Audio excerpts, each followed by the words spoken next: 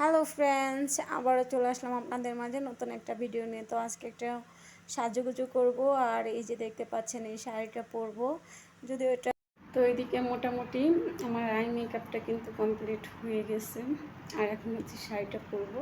তো শাড়িটা পরে তারপরে আবার আসতেছে আপনাদের মাঝে, চলেন। A few moments. Hello viewers, আসসালামু আলাইকুম, welcome back to my channel. আমি তোমাদের সাথে আছি, বিডির সাথে। তো কেমন আছো তোমরা?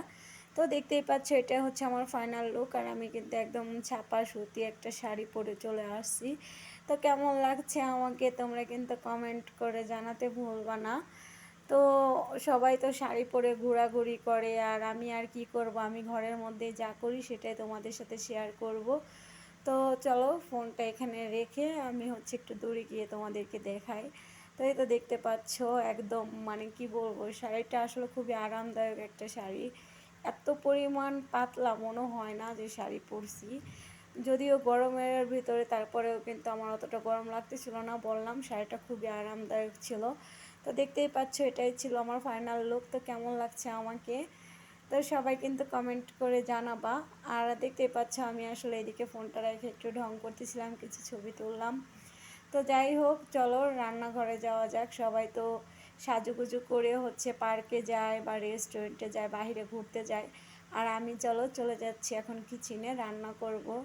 তো চলো রান্নাঘরে যাওয়া যাক, দেখেই তোমাদের সাথে আজকে কী রেসিপি শেয়ার করা যায়। তো আসলে আজকে হচ্ছে মুরগি রান্না করব, যেটা আমি নিয়ে আসছিলাম বাজার থেকে আগেই। তো যাই হোক, মুরগিটা এনে হচ্ছে আমি রেখে দিয়েছিলাম ফ্রিজে। মুরগিটা আমি কাটিও নাই, বাট এভাবে আস্তায় রেখে দিয়েছিলাম। আর এই যে দেখতে পাচ্ছ একদম আস্তায় একটা মুরগি। অনেকে হয়তো বলতে পারে এত ছোটো মুরগি কেন, আসলে যেহেতু আমি একলা থাকি বাসায় সেই জন্য। আর এদিকে দেখো মুরগিটা আমি কেটে নিয়ে আসছি। এখন হচ্ছে এটা ক্লিন করার পালা। ক্লিন করে একদম সুন্দর মতো পরিষ্কার করে কিন্তু আমি নুন হলুদ আর হচ্ছে মরিচের ফাঁকি দিয়ে এটাকে সুন্দর মতন মেরিনেট করে নিব। তো এটাকে সুন্দর মতন মাখায় নিচ্ছিলাম। তো মাখায় নিয়ে হচ্ছে এটাকে ফ্রাই করব। তো আমি হচ্ছে ব্রয়লার মুরগি কখনো হচ্ছে ভাইজা ছাড়া রান্না করি না, তো এই জন্য এই যে কড়াইয়ের মধ্যে তেল দিয়ে দিচ্ছি। আর দেখতেই পাচ্ছি এখানে সব মাংসগুলো এখন ভেজে নেব সুন্দর মতো। তারপরেও হচ্ছে এগুলাকে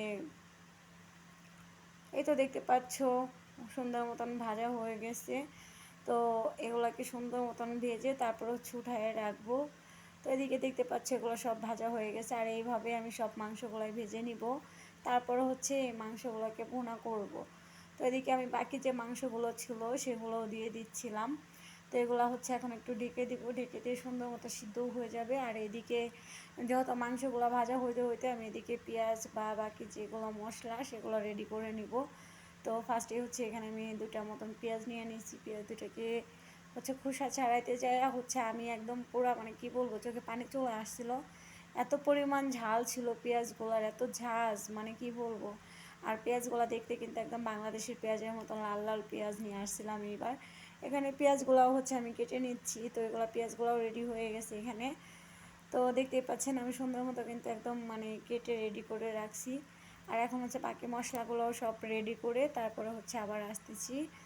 তো চলো বাকি মশলাগুলো হচ্ছে এদিকে রেডি করে নিই। আর এই যে দেখতে পাচ্ছ যে হচ্ছে আমি মানে মাংস ভাজছি, ওই কড়ার মধ্যেই কিন্তু আমি পেঁয়াজটাও ভেজে নিতেছি।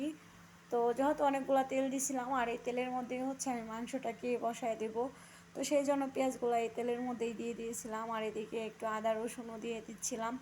আসলে চাইছিলাম আজকে আদা রসুন ছাড়া রেসিপি দেখাইতে আপনাদেরকে, তো মনের ভুলে আদা রসুন দিয়ে দিছি। আর এদিকে হচ্ছে বাকি যে মশলাগুলো ছিল সবগুলো হচ্ছে একে একে দিয়ে দিছি। আর এখন হচ্ছে এই মশলাগুলোকে সুন্দর মতন কষিয়ে নিব। কষিয়ে নিয়ে তারপর হচ্ছে দিয়ে দিব মুরগির মাংসটাকে।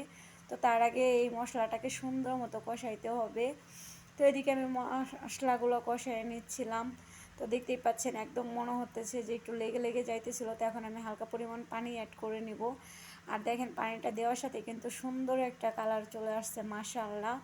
এদিকে দেখেন তেলটাও ছেড়ে দিছিল। আর এদিকে দেখতে পাচ্ছেন আমি যে চিকেনটাকে সুন্দর মতন লাল লাল করে ভেজে রাখছিলাম সেগুলোকে এখন দিয়ে দিলাম। তো দিয়ে এখন মানে এগুলোকে সুন্দর মতন লাড়াচাড়া করে হচ্ছে একটু ঢেকে দিব। ঢেকে দিয়ে হচ্ছে তারপরে হচ্ছে আমি সুন্দর মতন মানে মাংসটাকে মশলার সাথে কষায় নিয়ে তারপরে হচ্ছে পানি দেবো। এদিকে দেখতে পাচ্ছেন মাশাআল্লাহ সুন্দর মতো কিন্তু কষানো হয়ে গেছে।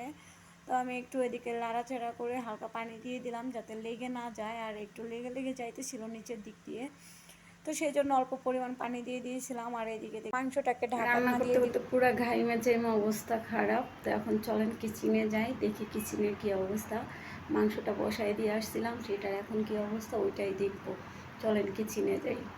এখন হলো দেখার পালা যে কী অবস্থা। এই তো দেখতেই পাচ্ছেন প্রায় হয়ে গেছে, আর অল্প কিছুক্ষণ জাল করলেই হয়ে যাবে, যেহেতু আমি মাংসটা একদমই ভুনা ভুনা করে ফেলবো, কোনো প্রকারের ঝোল রাখবো না, তো সেই জন্য পানিটা পুরোটাই শুকাই ফেলছিলাম।